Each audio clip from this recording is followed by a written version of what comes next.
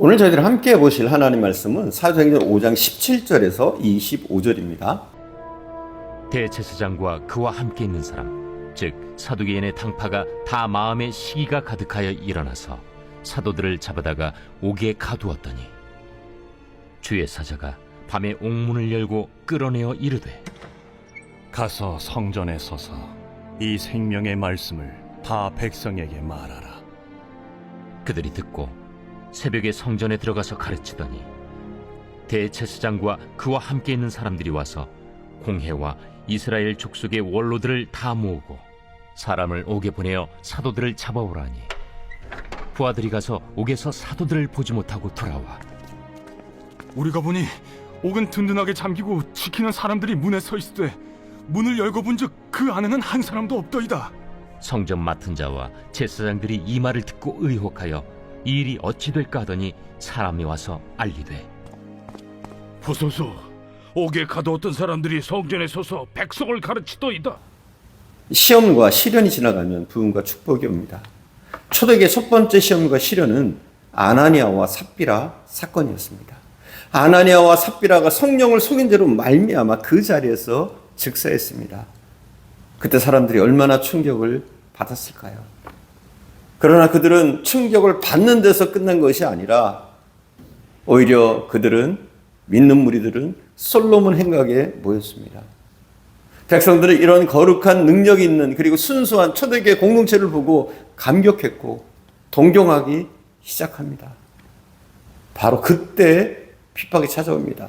초대교회의 믿음의 상태가 절정에 달했을 때, 놀랍게 초대교회가 왕성해질 때, 그때 핍박이 찾아왔습니다.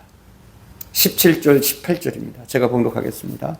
대제사장과 그와 함께 있는 사람, 즉 사두개인의 당파가 다 마음에 시기가 가득하여 일어나서 사도들을 잡아다가 옥에 가두었더니, 성령이 충만하고 하나님의 능력이 나타나는 교회라고 해서 항상 평탄한 것은 아닙니다. 우리가 성령으로 충만하다고 해서 항상 좋은 일만 생기는 것이 아닙니다. 오히려 하나님의 능력이 나타나는 교회일수록 사탄의 도전은 더 심각하게 일어날 수 있습니다. 물에 둥둥 떠다니는 죽은 물고기는 아무도 거들떠보지 않습니다. 그러나 살아서 팔딱팔딱거리는 고기에게는 무수한 도전과 유혹이 있습니다. 이미 사탄의 자녀가 된 세상 사람들은 사탄의 공격 대상이 아닙니다. 그들은 가만히 놔두어도 썩을 대로 썩었고 시키지 않아도 사탄이 좋아하는 그런 짓만을 골라 합니다. 여러분에게 시련이 있습니까? 열심히 믿음으로 살아가려고 하는데 억울한 일들이 일어납니까? 주를 위해서 일하는데 힘듭니까? 힘겨운 일들이 여러분의 어깨를 짓누릅니까? 사랑하는 여러분, 힘내시고 오히려 기뻐하십시오. 그것이 하나님의 자녀라는 증거입니다. 바울은 이렇게 고백합니다. 갈라디아서 6장 17절에 보면 그는 이렇게 고백해요. 이유로는 누구든지 나를 괴롭게 말라. 내가 내 몸에 예수의 흔적을 가졌노라. 예수의 흔적을 가졌다 자랑합니다. 바울에게 예수의 흔적이라고 말한 이 예수의 흔적은 아마 육체적인 흔적들이 있었을 거예요. 예수님 때문에 수많은 매질과 고문과 고통을 당했던 바울의 몸에는 수많은 육체적인 상처가 있었습니다. 뿐만 아니라 그에게는 예수 때문에 당했던 수많은 정신적인 상처들이 질비했습니다. 그런데 바울은 그 아픔과 고통의 상처들이 예수의 흔적이다. 쉽게 얘기해서 예수님이 주신 훈장이다. 자랑스럽게 얘기합니다. 여러분에게 예수의 흔적이 있습니까? 기뻐하십시오. 예수님 때문에 핍박당하고 예수님 때문에 억울한 일을 당하고 주님 때문에 곤란한 일을 겪으셨습니까? 예수의 흔적입니다. 기뻐하십시오. 자, 우리가 첫 번째 우리 본문을 통해서 볼 수 있는 것은 핍박은 먼 데서 오지 않고 가까운 데서 온다는 놀라운 사실을 발견하게 됩니다. 핍박은 불신자들에게서 오지 않고 믿는 사람으로부터 오는 경우가 대부분입니다. 모르는 사람들은 잘 핍박하지 않습니다. 잘 모르기 때문에 핍박을 안 하는 겁니다. 오히려 좀 안다는 사람들이 더 집요하게 핍박을 합니다. 본문에서도 핍박을 한 사람들, 예루살렘 교회를 핍박을 한 사람들은 대제사장과 사두개인 바리새파였습니다. 그들은 하나님을 안다고 하는 사람들입니다. 오히려 하나님을 섬기는 그들이 사도를 축복해 주어야 옳은 일일 겁니다. 그러나 그들은 축복해 주기보다는 사도들을 핍박하고 매질하고 공격했던 사실을 보게 됩니다. 섣불리 알면, 우리가 제대로 알지 못하면 그 사람들이 복음의 방해자들이 되고 핍박자들이 됩니다. 우리가 잘 알아야 됩니다. 복음을 잘 알아야 되고 바른 신앙을 가져야 됩니다. 오히려 우리가 잘못 알면, 서달게 되면 교회의 성장과 발전에 장애가 되는 그런 방해꾼들이 되어집니다. 교회의 성장과 발전에 장애가 되는 요소들이 교회 외부적인 요인보다는 내부에 있는 경우가 대부분입니다. 먼저 결핍이 문제가 됩니다. 결핍이. 어떤 결핍입니다. 말씀의 결핍이 문제가 되는 거예요. 무식하면 뭐라고 그래요? 용감하다고 하잖아요.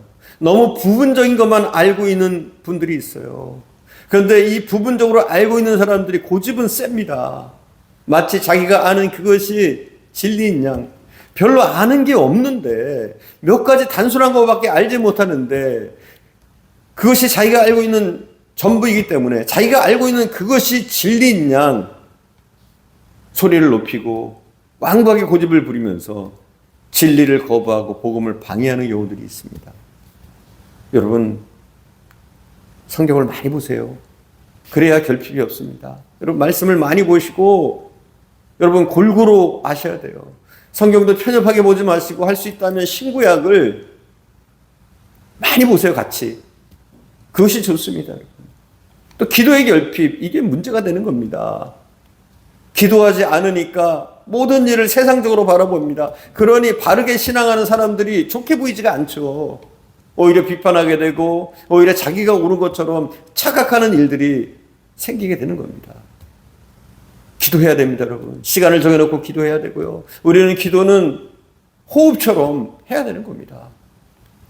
또 성령의 결핍이 교회 내 이런 회방꾼들을 만드는 겁니다.